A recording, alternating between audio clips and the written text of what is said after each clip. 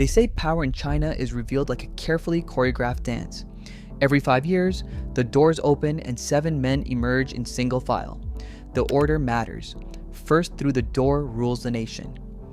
In October 2022, Xi Jinping walked out first for a historic third time, and everyone watching knew what it meant. He had just become the most powerful Chinese leader since Mao Zedong, the revolutionary founder who terrorized his own people for decades.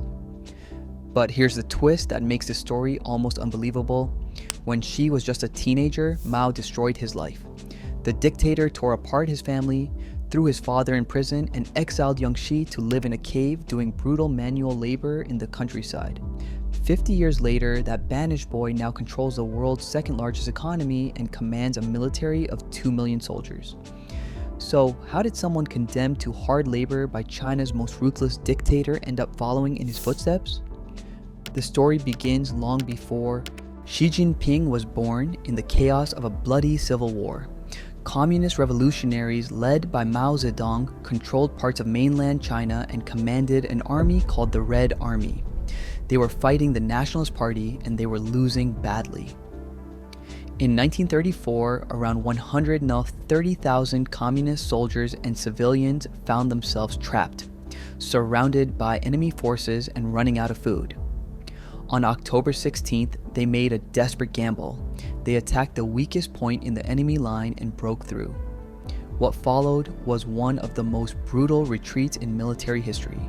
The Long March, as it became known, stretched across thousands of miles of mountains in hostile territory.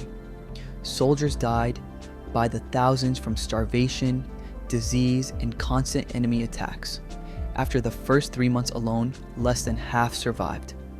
The man who saved them was Mao. He'd been demoted earlier for insisting on guerrilla warfare tactics, but when traditional military strategies failed catastrophically, leadership fell back into his hands. He picked a destination 800 miles away in rural northern China and led the survivors on a 9-month journey through treacherous mountains.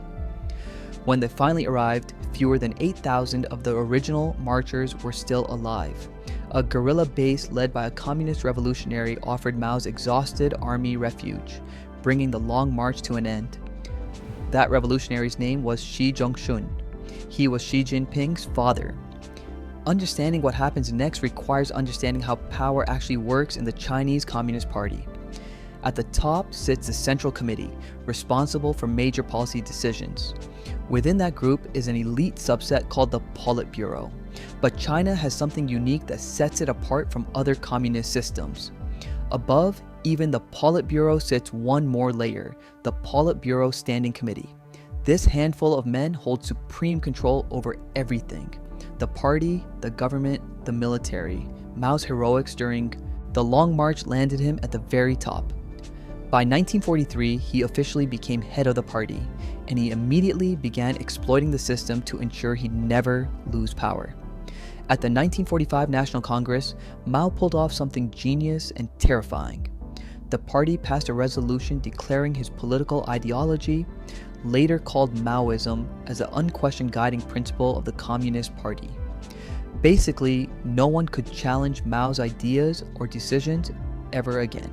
He surrounded himself with Long March survivors fiercely loyal to him, men like Liu Shaoqi and Zhou Enlai, who would hold the most powerful positions in the new government. 4 years later, Mao declared victory in the Civil War and established the People's Republic of China. The party would make all important decisions, especially the Standing Committee. Then the State Council would figure out how to implement them. Mao kept control by promoting loyalists to top positions whether they had experience or not. The advantage was they could never challenge him. The disadvantage was they had no idea what they were doing, and millions of people paid the price. Mao's unchecked power resulted in catastrophic policies that caused massive famines and persecution. Between 40 and 80 million people died over the decades of his rule. The worst came during the Cultural Revolution, Mao's violent final attempt to consolidate power and force absolute loyalty to Maoism. Anyone who didn't fall in line was publicly humiliated, impoverished, excluded from society, or executed by the army or by militant youth groups called the Red Guards. Even Mao's closest allies weren't safe. High-level officials, standing committee members, long marchers, they all fell. Liu Shaoxi died in prison. Mao's hand-picked successor died when his plane mysteriously crashed as he fled to the Soviet Union. Then Mao turned on Xi's father. There's a haunting photo of Xi Sr. being restrained and publicly criticized by Red Guards. He would spend the next 8 years imprisoned in Beijing. With his father purged, 15-year-old Xi Jinping was expelled from his elite school and sent to work in the countryside. He lived in a cave, did hard manual labor, barely had enough food. Chairman Mao was responsible for all of it. But then Mao died. The Cultural Revolution ended. Deng Xiaoping, a standing committee member Mao had purged, became the new leader. Deng promised to rehabilitate the Exile party veterans, and when Mao died, they all supported him. As soon as Deng regained power, he rehabilitated everyone. To prevent another dictatorship, the party passed a second historic resolution in 1981. It condemned Mao's worst abuses and emphasized collective leadership, vowing to oppose consolidation of power around one person. Deng deliberately divided up positions among different people. He controlled the military and held government positions, but was never head of state or top party leader. This power-sharing structure worked. Deng opened up. China established economic ties with the West, became the first Chinese leader to visit the United States. His reforms laid the foundation for decades of economic prosperity that transformed China into the world's second-largest economy. Meanwhile, Xi Jinping was making his own plans. Even though the Communist Party had destroyed his family, he joined it right as the Cultural Revolution ended. Why? Because he understood that in this system, power is everything, but his path to power was unexpected. While his competitors fought fiercely in Beijing during the 80s and 90s, Xi left. He spent 17 years taking leadership positions in poor rural provinces where other elite communist sons wouldn't compete. First Hebei, then Fujian, where he befriended top military leaders, then another province where he built civilian support. This strategy gave him credibility as a humble, hard-working leader and cultivated a loyal following. His shortest stop proved decisive. 7 months in, Shanghai in 2007, where he rehabilitated the city's image after a corruption scandal.